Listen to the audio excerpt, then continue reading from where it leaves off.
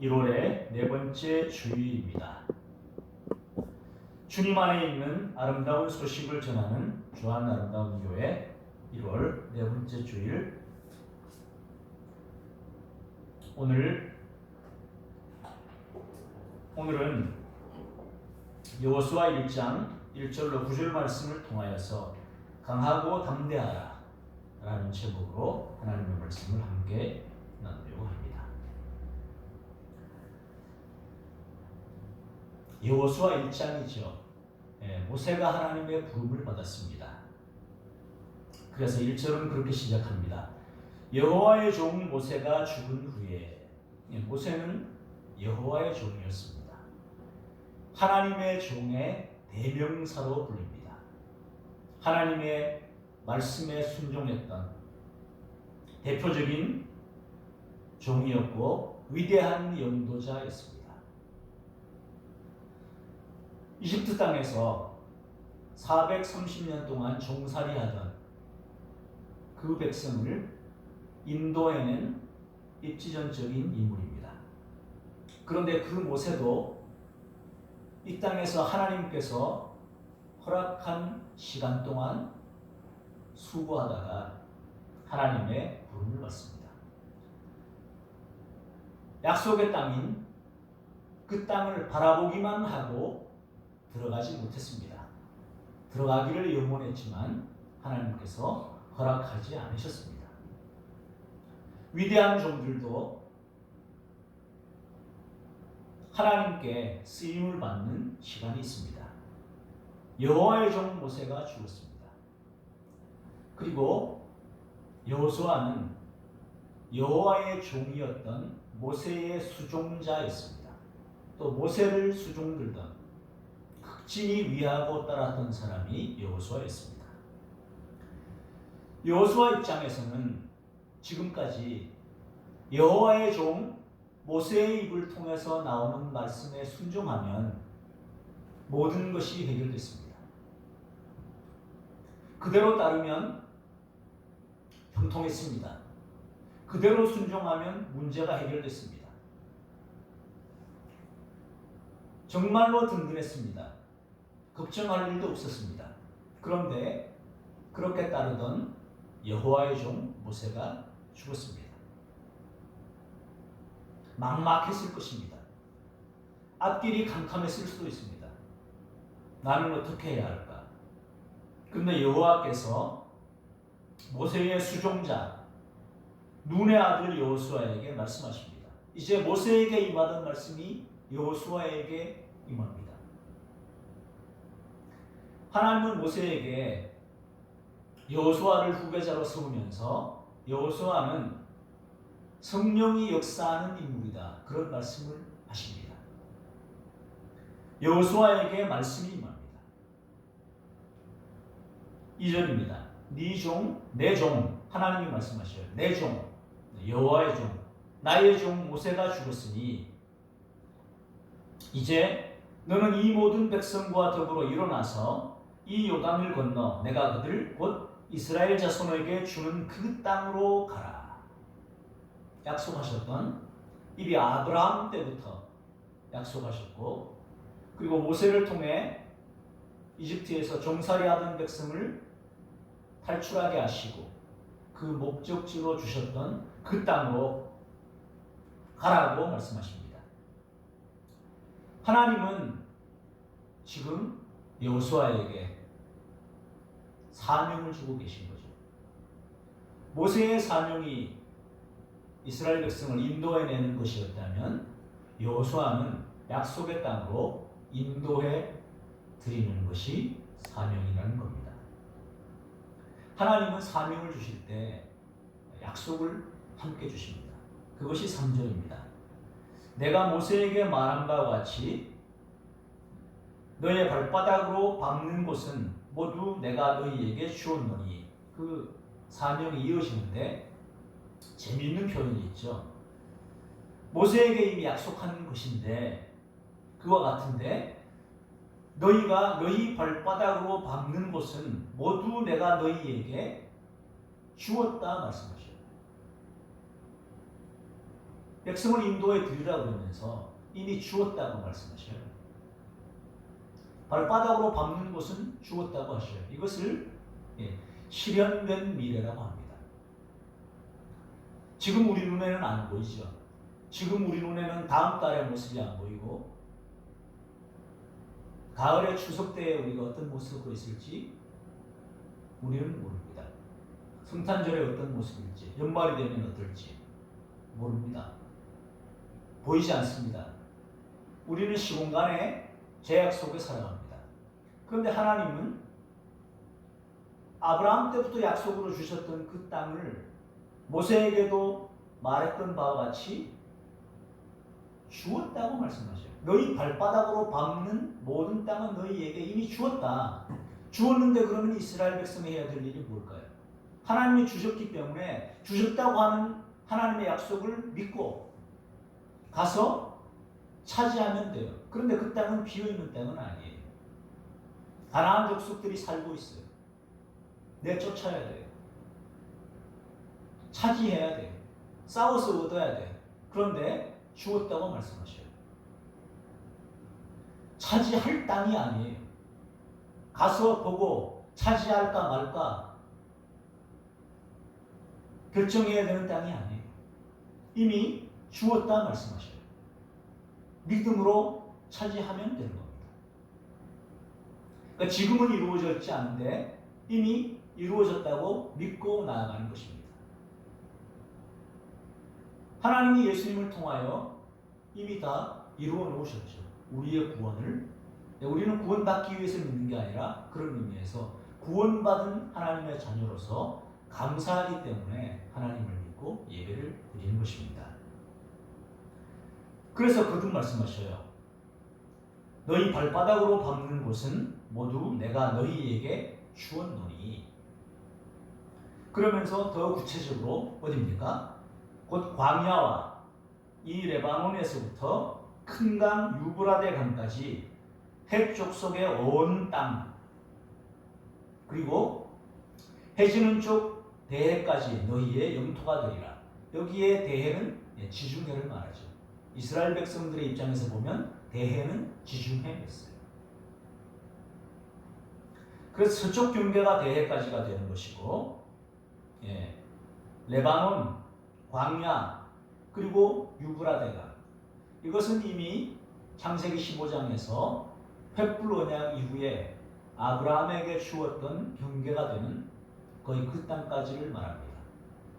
이스라엘 역사에서는 다윗과 솔로몬 때에 이루어집니다. 애굽강에서부터 유브라데 강까지라고 표현되고 있는 그 땅입니다. 점점 더 구체적으로 말씀해 주시죠. 여기까지 발로 밟아서 정복하고 차지하라는 말씀이에요. 이미 주었으니까 가서 차지해. 그런데 비어있는 땅은 아니고 살고 있는 족속들이 있어. 거인족이든 어떤 족이든 그런 거 신경 쓰지 말고 내가 주었으니까 가서 차지해서 살라는 거예요. 그러면서 하나님은 놀라운 약속에 말씀을 주십니다. 5절입니다. 네 평생에 너를 능히 대적할 자가 없으리니. 여호수아의 평생에 여호와를 대적할 자가 없을 것이다. 내가 모세와 함께 있었던 것 같이 너와 함께 있을 것이라. 여기 너와 함께 있을 것이라 하는 표현이 지금 이 말씀과 9절 끝에도 보면 네 하나님 여호와가 너와 함께 하느니라. 두 번이나 언급되고 있습니다. 여호수아의 마음에 갈등이 있겠죠. 모세는 분명히 여호와께서 함께 하셨고 또 하나님과 대면에서 보던 위대한 종이었는데 하나님께서 나와도 함께 하실까? 하나님은 거듭해서 확신할 수 있도록 말씀해 주십니다. 너와 함께 있을 것이다. 내가 너를 떠나지 아니하며 버리지 아니하리니. 약속의 말씀을 주시죠. 사명을 주고는 하나님은 반드시 약속을 주셔요. 설교 메모 1번을 한번 보시겠습니다. 모세의 사명을 허락해 주실 모세의 소명 장면이죠. 이때도 출애굽기 3장 10절과 12절. 자, 시작. 이제 내가 너를 바로에게 보내어 너에게 내 백성 이스라엘 자손을 애굽에서 인도하여 내게 하리라. 하나님이 이르시되 내가 반드시 너와 함께 있으리라. 네가 그 백성을 애굽에서 인도하여 낸 후에 너희가 이 산에서 하나님을 섬기리니 이것이 내가 너를 보낸 증거니라. 지금 하나님이 모세를 만나고 계신 장소는 호렙산이에요. 호렙산에서 모세에게 사명을 주시고 그 사명은 3장 10절이에요. 이제 내가 너를 바로에게 보내어서 너에게 내 백성 이스라엘을 애굽에서 인도하여 내게 하리라. 그러니까 네가 해야 될 일은 내 백성 이스라엘 백성을 애굽에서 인도해내는 거다.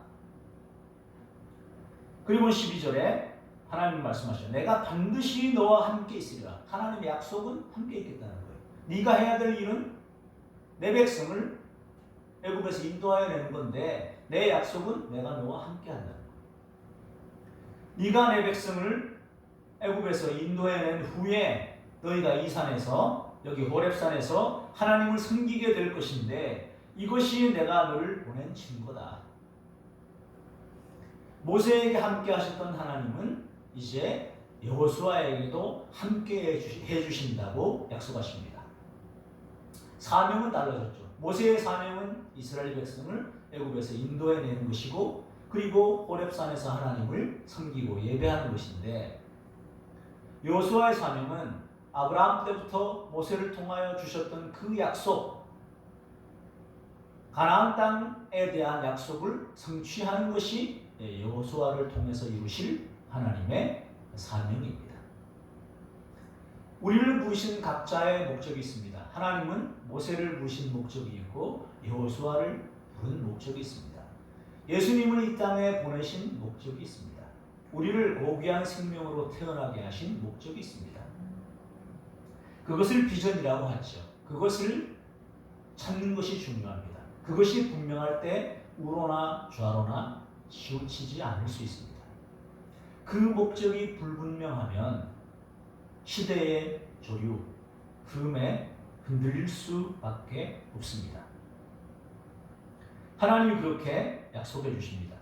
자, 그런 하나님이 여호수아 지금 1장 5절로 6절에 말씀하시죠.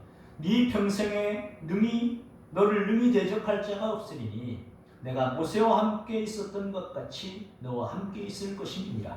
내가 너를 떠나지 아니하며 버리지 아니하리니. 오히려 모세보다도 더 분명하게 더 강화된 약속을 해주시죠.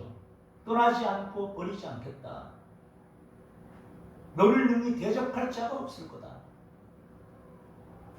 그러니 강하고 담대하라. 너는 내가 그들의 조상에게 맹세하여 그들에게 주리라 한 땅을 이 백성에게 차지하게 하리라. 이 여호수아를 통해 이루실 하나님의 일도 거듭해서 말씀해주고 계십니다. 여호수아가 해야 될 일이 이 일이에요. 하나님께서 그들의 조상들에게 맹세하여 주겠다 한 그 땅을 이 백성으로 하여금 차지하게 하는 것. 그게 여호수아가 해야 될 하나님의 일이었습니다. 하나님은 강하고 담대하라 말씀하셔요. 이 강하고 담대하라는 말씀이 오늘 본문에 3번 등장해요. 왜 강하고 담대하라고 말씀하실까요? 여호수아가 연약하고 또 담대하지 못하기 때문에 그래요. 불안해하기 때문에 평안하라 말씀하시는 거고요. 두려워하기 때문에 두려워하지 말라고 말씀하시는 거고, 약하기 때문에 강하라고 말씀하시고, 또 담대하지 못하기 때문에 담대하라고 하시는 거예요. 우리는 약해요. 우리는 담대하지 못해요. 그런데 우리와 함께 하시는 하나님은 강하셔요.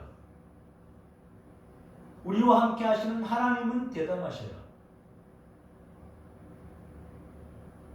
하나님은 그런 분이에요. 바울은 약한 사람이에요. 그러나 바울과 함께 하시는 하나님은 위대하신 분입니다. 7절에도 거듭 말씀하십니다. 오직 강하고 극히 담대하여 나의 종 모세가 내게 명령한 그 율법을 다 지켜 행하고 우로나 좌로나 치우치지 말라. 그리하면 어디로 가든지 형통하리니. 강하고 담대하라. 그냥 말씀만 하지 않으셔요. 강하고 담대할 수 있는 비결이 있고 또 하나님이 우리와 함께 하신다는 그 약속이 우리에게 이루어지기 위해 우리가 해야 될 일이 있어요. 그런데 그거는 뭐냐 하면 그 줄탁동시라고 하는 말과 같아요. 어미닭이 달걀을 품죠. 그죠? 우리는 알아요. 21일 정도 품으면 부화를 해요. 그런데 병아리가 그 속에서 달걀 껍질을 깨고 나오기는 굉장히 힘들어요. 그런데 어미닭은요, 처음부터 이렇게 해주지 않아요. 누에고치 얘기도 알 거예요. 누에고치가 결국은 그 속에서 애벌레가 뚫고 나와야 되는데 그 사람이 밖에서 잘라주거나 하면 어떻게 돼요? 힘 없어져요. 그 뚫고 나오는 온 힘을 다해서 뚫고 살려고 뚫고 나오는 그것을 통해서 힘이 길러지고 능력이 생기는 거예요. 그리고 나왔을 때도 나비가 되어 날아갈 수 있어요. 그거 뚫어주면 못 날아가요. 그런데 병아리가 그 속에서 껍질을 깨고 나오려고 온 힘을 다해서 할 때 밖에서 어미닭이 살짝 쪼아주는 거예요.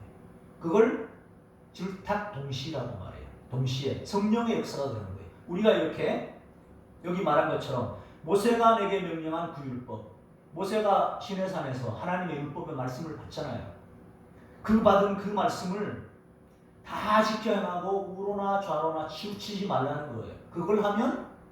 그것을 하면 하나님께서 마치 어미닭처럼 네가 그렇게 말씀대로 살려고 애쓰면 밖에서 달걀 껍질 살짝 쪼아주는 것처럼 이렇게 하나님께서 역사하신다는 거예요. 그러면 어디로 가든지 형통하게 될 것이다. 그러면 그렇게 될 거니까 오직 강하고 극히 담대하라. 담대하라. 강하고 담대할 수 있는 비결이 여기 있다. 또 8절에 또 더 구체적으로 이 율법책을 내 입에서 떠나지 말게 하며 주야로 그것을 묵상하여. 율법을 지켜 행하는 것이 뭐냐 이거라는 거예요. 이 율법책을 네 입에서 떠나지 말게 하고 주야로 그것을 묵상하고 이거예요. 여호와의 율법을 즐거워하여 그 율법을 주야로 묵상하는도다. 시편 1편 2절에 있는 말씀이죠. 그리하면 주야로 묵상하면 말씀을 기억하게 되죠. 그리고 그 안에 기록된 대로 다 지켜 행하라. 그리하면 네 길이 평탄하게 될 것이며 네가 형통하리라. 평탄하다고 하는 말씀의 의미가 있습니다. 평탄하다는 명사인데 세 가지 의미가 있더라고요. 첫 번째는 지면이 넓고 평평하다는 거예요. 땅이 평평하다. 그런 의미고요. 두 번째는 일이 되어가는 모양을 보고 그 순조롭게 일이 되는 것, 그것을 평탄하다고 말해요. 세 번째는 또 내면적인 건데 마음이 고요하고 평안한 것을 평탄하다고 말해요. 이렇게 하면 율법책을 입에서 떠나지 말게 하며 주야로 그것을 묵상하여서 그 가운데 기록된 대로 다 지켜 행하면 그 사람의 길이 평탄하게 되고 형통하게 된다 하십니다. 형통은 뭐냐? 모든 일이 원하는 대로 잘 되어가는 거예요. 이 모든 일이 원하는 대로 잘 되어가는 거예요. 근데 성경에서 말하는 이 형통은 히브리어 차라흐라고 해요. 그러니까 하나님이 함께 하셔서 그 사람이 가는 길이 하나님의 목적 안에서 이루어진다는 뜻이에요. 하나님이 함께 하셔서 그 사람의 걸어가는 길이 하나님의 목적 안에서 이루어진다는 뜻입니다. 외적인 상황보다 하나님의 임재가 분명한 상태를 말해요. 우리 요셉을 통해서 알 수 있습니다. 종으로 팔렸고요. 모함을 받고 감옥에 갇혔습니다. 그런데 형통했다고 말해요. 요셉이 형통했더라. 근데 그 전에 붙어있는 말이 있죠. 여호와께서 요셉과 함께 하시니 요셉이 형통하였더라. 그렇게 말합니다. 하나님께서 함께 계시는 것이 형통입니다. 고생이 없었다는 뜻이 아닙니다. 하나님이 함께 계셨다는 뜻입니다. 그리고 9절에 말씀하십니다. 내가 네게 명령한 것이 아니냐. 강하고 담대하라. 두려워하지 말며 놀라지 말라. 네가 어디로 가든지 네 하나님 여호와가 너와 함께 하느니라. 하나님의 말씀을 주야로 묵상하여 그 가운데 기록된 대로 다 지켜 행하면 평탄하게 되고 형통하게 되고 하나님이 함께 하시고 어디로 가든지 하나님이 함께 하시는 것을 체험할 수 있게 되는 것입니다. 지금 현실이 굉장히 불안하죠. 현실이 굉장히 불안해서 사람들이 뉴스 같은 걸 보면 예금 해놔봐야 자꾸만 떨어지니까 어떻게 하느냐 찾아갖고서 증권으로 많이 가더라고요. 그 수요가 굉장히 큰 것 같아요. 뉴스에 나올 정도가 됐으니 그 수요가 엄청난 겁니다. 증권사를 갔다 온 분이 말하는데 은행보다 훨씬 더 많이 기다려야 하고요. 창구도 뭐 몇 개 없고 그런데 대기하고 있는 사람들하고 하고 그 예금을 찾아가지고 증권사로 가는 거예요. 가서 국내 증권이든 외국 증권이든 그것을 사려고 하는 것입니다. 팬데믹을 거치면서 또 2008년도에 리만 브라더스 사태를 겪으면서 사람들이 최근에 와서 많이 깨달은 것이 그때도 양적 완화 이런 말을 쓰고요. 양적 완화가 뭔지 아시죠? 네. 또 우리나라에도 IMF를 겪으면서 공적 자금 투입 이런 얘기를 들으셨죠? 그게 뭐예요? 한마디로 공적 자금 투입하는 게 뭐예요? 기업들이나 은행이나 개인들이 경영 같은 걸 좀 잘못했더라도 이런 거대 기업이나 또 시중은행들이 부실한 몇 개 말고 다 넘어가게 할 수는 없으니까 일단 살려놓고 뭘로 살려놓느냐? 국민의 세금 투입해서 살려놓는다는 얘기예요. 그리고 그 빚은 미래에 갚는 걸로 하고 그럼 결국 어떻게 돼요? 돈을 많이 발행하게 되면 어떻게 돼요? 돈을 많이 발행하면 돈 가치가 없어지죠. 돈 가치가 없어지죠. 무슨 지원금 명목으로 온 세계가 팬데믹 때 얼마나 많이 지원했습니까? 그 결과 어떻게 돼요? 2, 3억 하던 아파트가 금방 5억 되고 10억 되고 25억 되고 그런 거죠. 물건은 사실 가만히 있었어요. 돈 가치가 없어지니까 얘가 상대적으로 올라가는 거예요. 최근에 금은값이 많이 올랐어요. 제가 몇 년 전부터 그런 얘기 했었죠. 인텔을 들은 게 있었기 때문에. 그리고 그때는 금은비로만 생각했었어요. 역사상 금 대 은의 비율 약 10대 1. 땅속에 묻혀있는 것도 비율도 그 정도 된다는 거예요. 그런데 따져봤어요. 따져봤더니 100대 1, 80대 1, 90대 1, 100대 1 되는 거예요. 이거 너무 저평가되어 있구나. 그래서 그때는 그런 지식으로 또 들은 정보가 있어서 은을 사십시오 그랬어요. 지금은 훨씬 더 구체적으로 이유까지 들어서 말할 수 있습니다. 금은 비뿐만이 아닙니다. 제가 FRB 얘기도 했었죠. 원래는 금으로 백업이 되고 그 다음에 화폐를 찍는 거예요. 종이돈은 피안머니예요. 가짜 돈이에요. 유가증권이에요. 그 가치를 표상한다고 하는 거예요. 유통의 편의를 위해서 우리 이렇게 하자 하는 거예요. 지금도 만약에 생각해 보세요. 무게가 무거운 실물 은이나 금을 들고 이렇게 거래한다 그러면 얼마나 번거롭겠어요. 그러니까 그런 유통의 편의를 위해서 그렇게 했던 거예요. 그런데 이 종이돈을 너무 많이 발행하다 보니 어떤 현상이 벌어져요? 결국은 다시 실물로 돌아가는 거예요. 이걸 고상하게 말하면 부채 기반 시스템이 한계용입니다. 자, 돈을 많이 찍으려고 할수록 점점 더 어떻게 되냐면 모든 나라가 빚더미에 올라앉아요. 미국의 빚이 38조 달러, 뭐 39조 달러. 그래서 우리나라 돈으로 하면 어떻게 되냐? 5경 8천조에서 6경 되고, 중국은요 48조 달러예요. 8경이에요. 표면적으로 못 갚아요. 그렇게 부채가 커졌어요. 돈이 많아지면 점점 빚진 사람이 많아져요. 그럼 어떻게 가느냐? 결국 부채 기반 시스템에서 풍요 기반 시스템으로 가는데 실물로 간다는 거예요. 실물로 갈 수밖에 없다는 거예요. 그래서 과거 같으면 로마 시대에 보니까 한 데나리온이라고 하는 것이 성경에도 나오죠.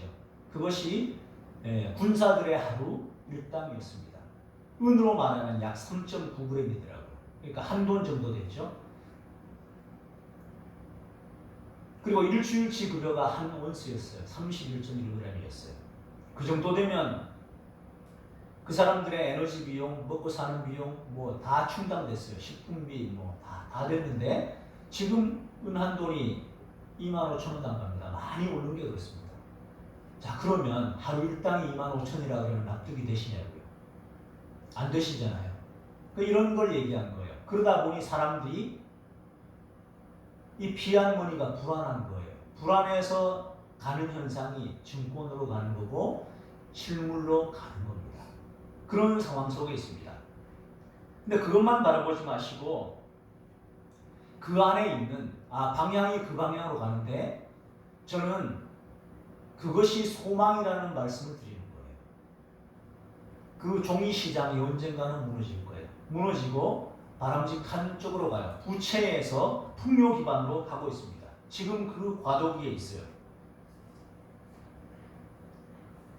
지난번에 베네수엘라의 마두로를 체포할 때 신문에 나온 걸 보셨을 거예요.